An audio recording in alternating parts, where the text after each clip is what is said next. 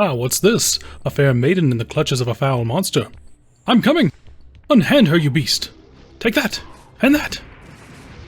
And that! No need to thank me. I'm just glad I made it in time.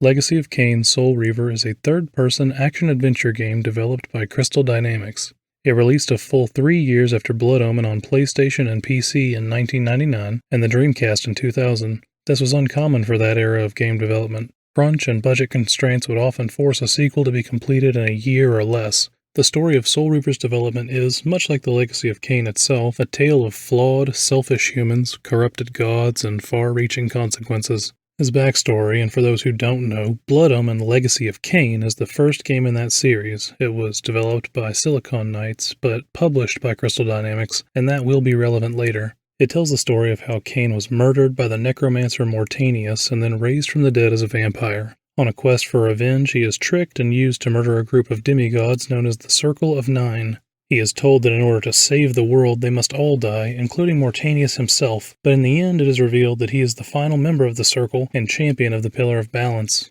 Kain, the last vampire, faced with the choice to prolong the Age of Fire or usher in a new era of darkness, makes a choice that surprises no one and pronounces himself as a new Dark God. And that brings us to 1997. After the successful release of Blood Omen, Silicon Knights intended to continue the series, but their publisher, Crystal Dynamics, had other plans. The story goes that because of feature creep, Blood Omen had been in development hell until Crystal Dynamics had lent some employees to get it out the door. Afterwards, some of those people had been working on a new idea internally known as Shifter. This would be the story of a fallen angel who could move between dimensions and his fight against an evil false god, but they hadn't even moved into full production before the direction came down from on high to shift that project into a sequel for Blood Omen that they would produce without the knowledge of Silicon Knights. This is considered a dick move. Kain's creators were not happy when they found out about the plan and attempted to prevent it through legal actions, but ultimately they had to settle for just being credited as creating the series. Here we are again. We've got a different developer with different mechanics and a new story taking an established, relatively successful IP and using it as a springboard on the way to profit.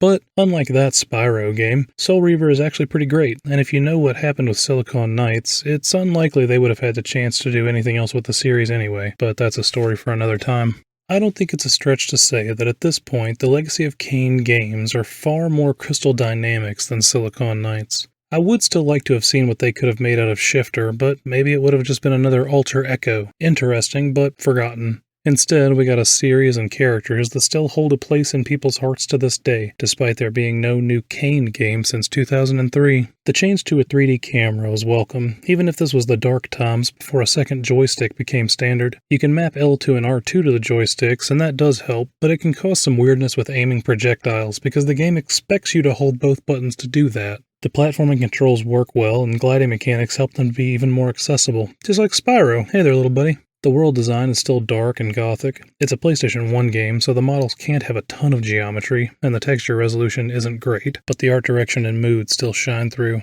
There's nowhere else to really fit this in, but I have to call out the main menu screen. I loved watching these faces morph at random when I was a kid. I never did get to see them all change at the same time. I love the character designs too, except for Kain, but that's just personal preference. I read that this design is a holdover from the Shifter concept, and I know he's supposed to be an evolved vampire, but he kinda looks like you carved Angry Bilbo out of driftwood. It's fine, it just doesn't do anything for me. Raziel, though, is the finest shit. What did the kids say today? Drip? Is he dripping? Sure, he's drippy. He was wearing a mask before it was cool, and he looked like Goth Kakashi. This man woke up one day with no jawbone, and he just threw a blanket over it. He's fucking awesome.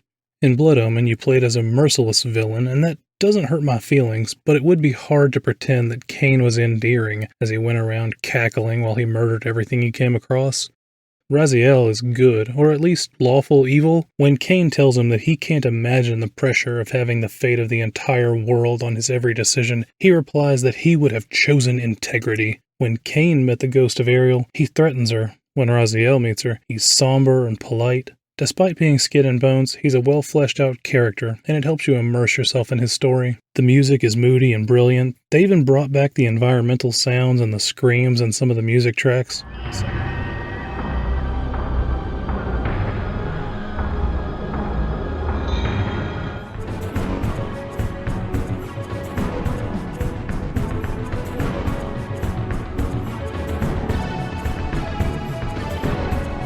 Sound effects are generally good, but this one slappy feet noise does kinda grate on the ears after a while.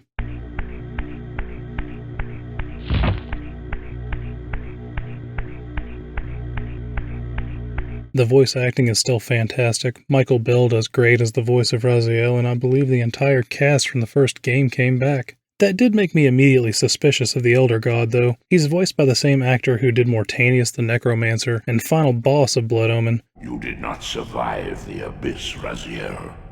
I have only spared you from total dissolution. I would choose oblivion over this existence. The choice is not yours. So of course that causes immediate distrust. Combat's still the weakest part of the game, but if you can get through the early bits, it does get better. And I don't mean in the you get used to it kind of way. Hand-to-hand always sucks, but the Wraith Blade helps a lot, and once you get the Force Projectile, most of the painful edges are smoothed out.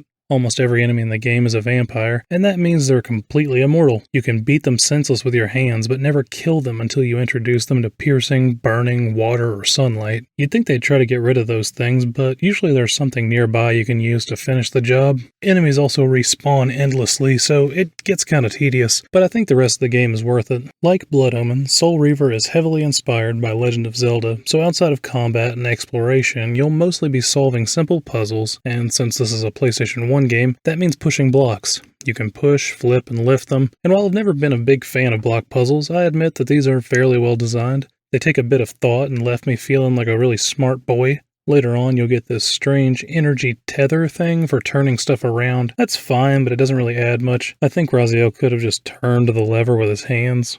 The puzzles feel like artificial padding, but the other option would be just more combat, so I'm not really complaining. The more difficult puzzles, and almost all of the game's magic spells, are hidden in large optional areas that you could easily miss entirely. You can't even get to most of them until you've unlocked new traversal mechanics, and then you have to go back to earlier areas. I like that a lot. Most games would force you through that to kind of maximize the content, but this game's okay with letting you miss them. Another thing that I like are these human NPCs that you'll come across around their secret town. They apparently know about you and how you're going around killing the vampires, and as long as you haven't killed any of them, they won't attack you. When you get close to them, they'll drop to their knees and worship you, seeing you like some kind of savior for their whole race. If you've gone through the game like Kain would, they'll treat you like a monster, but if you're nice to them, they love you. They'll even let you suck the soul out of their elbow, just don't drink too deeply or you'll kill them. It makes the world feel more alive, and you just don't see stuff like that very often. Soul Reaver, is set in the distant future of Nosgoth. Around 500 years after the events of Blood Omen, Kain learned that he could create more vampires by transferring a part of his own soul into a corpse. 1,000 years after that, Kain and his followers have long since completely conquered the world. It's a dystopian, gothic, steampunk kind of place where the sun has been dampened by giant smokestacks, and the few remaining humans are only left to give young vampires something to do. Periodically, the vampires would evolve, always Kain first and then his children, until one day Raziel accidentally cut in line. Kain, seemingly in a jealous fury, ripped the bones from his newly developed wings and had him cast into a massive whirlpool to burn and die. Despite centuries of evolution, vampires are still made of 97% salt, and water dissolves them like acid. Still, they're immortal, but unable to move like a devil fruit user, they suffer forever. Raziel is saved from oblivion by a massive creature known as the Elder God 500 years after he was thrown into the abyss. Nosgoth is falling apart, and the Elder God claims that it is because vampire immortality prevents the cycle of death and rebirth. The only chance for salvation is to kill Kain. Yes, I know. Raised from the dead and a tale of revenge that also happens to save the world is the exact same setup as Blood Omen. Come on, Crystal Dynamics, you're not even trying. I only have one real criticism of the game, and again, it's a personal preference, so you might feel completely different. In this game, it can be really difficult to figure out where you are and where you're going, especially if it's your first playthrough. There's no map or compass, and because it's a PlayStation 1 game, areas often look very similar. Sometimes the Elder or Ariel will tell you to go north past the pillars, but how do you even know where north is? It's not even like you could just look at the pillars and then guess which way is north and start walking. You have to find a secret hallway that you climb up to in the ceiling. Who built this place? Sometimes I would teleport to a fast travel location and leave the room having no idea which direction I needed to turn, even though I had been through that area just a few hours before. It's not a huge problem, but I don't have the time or attention span to wander around lost in games anymore, so I kept a walkthrough handy on my phone. I didn't need it for any puzzles or boss fights, but just because I couldn't orient myself properly in the world. I'm going to take a while to go through the story, but if you're not into that level of spoiler or just don't care, I'll put a timestamp in the description and there'll be chapters on the timeline. Feel free to skip ahead or leave or whatever. I'm not your dad, but if I was, I would say, I love you, and I'm proud of you. Emerging from his tomb like a sexy ninja Jesus, Raziel finds a world changed from his memories. The broken peaks of towers and massive machinery thrust skyward like the bones of a great leviathan. Mutant abominations and the barbaric remnants of vampire clans crawl like maggots through the carcass of once great Nosgoth. His first question of what happened to his own vampiric children is answered quickly when he finds that, after his murder, Kain wiped them out entirely. Raziel proceeds to the next closest clan, ruled by Malachi, the youngest of Kain's children. We learn that when Kain raised his lieutenants, he did not grant them power equally. Raziel was the firstborn and got the largest portion of his soul, and so was the strongest. Malachi, as the last to rise, was granted the least, and though he and his spawn are still technically immortal, their bodies exist in a constant state of decay. We find Malachi grown over the centuries into a hideous monster who kind of looks like Doomtrain from Final Fantasy VIII. In the bottom of the necropolis, we confront him, and he tells us that Kain can only be found when he wishes to be. Before we grind him into a paste, his final words cry out, "I am freed at last," and Raziel consumes his soul. In normal Zelda Metroid fashion, this gives him a new ability, and he can now pass through gates in the spiritual realm and enter the Sanctuary of the Clans. The Sanctuary was built around the pillars from Blood Omen. The broken pillar of balance serves as Kain's throne where he waits for us. It's a nice visual representation of his domination of this world. We attempt to fight Kain but are completely outmatched, and he strikes us with the legendary blade Soul Reaver. But instead of killing Raziel, the blade shatters and Kain leaves, seemingly happy with the outcome. We're able to claim the sword in the spirit realm, binding it to Raziel's soul. This makes him much more powerful and prevents the slow drain of his life in the material realm. We also meet Ariel, the previous guardian of the Pillar of Balance, who has been trapped in the Sanctuary and forced to watch Kain destroy the world for 2,000 years. Allied against Kain, she offers us guidance on how to defeat him. We journey to the Silenced Cathedral, a massive musical instrument and the home of another brother from another mother. At some point during the war with Kain, the humans built this massive steampunk church organ. Apparently it would play a specific sound that would kill any vampire who heard it. I like to picture how the aliens in Mars Attacks reacted to the yodeling.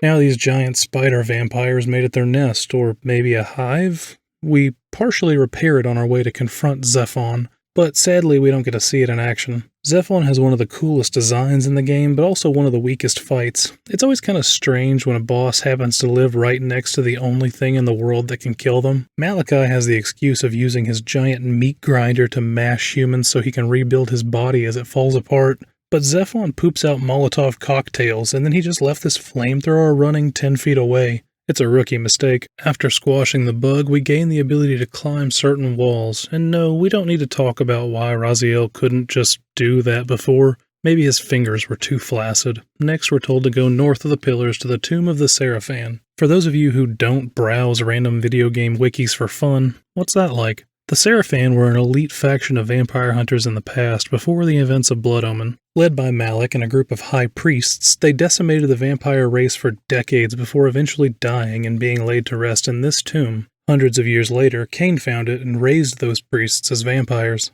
After long centuries dead, they had forgotten who they were, and they served as his lieutenants in conquering the world. They were Raziel and his brothers. With this revelation and yet another reason to pursue vengeance, we continue to the Drowned Abbey, and another brother, Rahab. While all but the weakest vampires are merely weakened by sunlight and killed by water, Rahab and his children evolved an immunity to H2O, but are fatally allergic to UV rays. Raziel platforms his way through the abbey and kills Rahab by breaking all the windows in his chamber. Now waterproof and able to swim, we go on to the final brother in the game, Dumas. There was another brother, Torel, but he and his area had to be cut due to time and budget constraints. We do still fight his children, though. They are the big-eared vampires that shoot force balls at us. I'm sure we'll find out about him in later games. Dumas can be found in the ruins of his clan's city in the frozen north.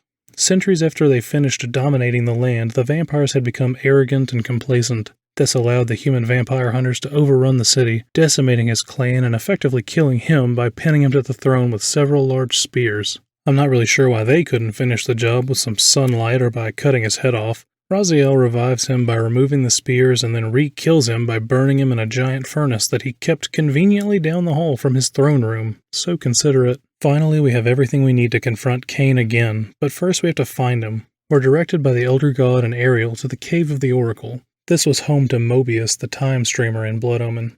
A powerful sorcerer who could see and travel freely through time. Raziel solves puzzle after puzzle. Really, it's a lot of puzzles. A gratuitous amount of blocks to push and things to turn, but eventually he finds this cool, non-Euclidean hallway with portals that let him see into the past and future. We confront Kain in a room with a magical time machine, wounding him before he escapes through yet another portal. The Elder God warns Raziel that once he steps through, he won't be protected anymore. But vengeance must be had. We enter and find Mobius himself, standing in the void, welcoming Raziel to his destiny.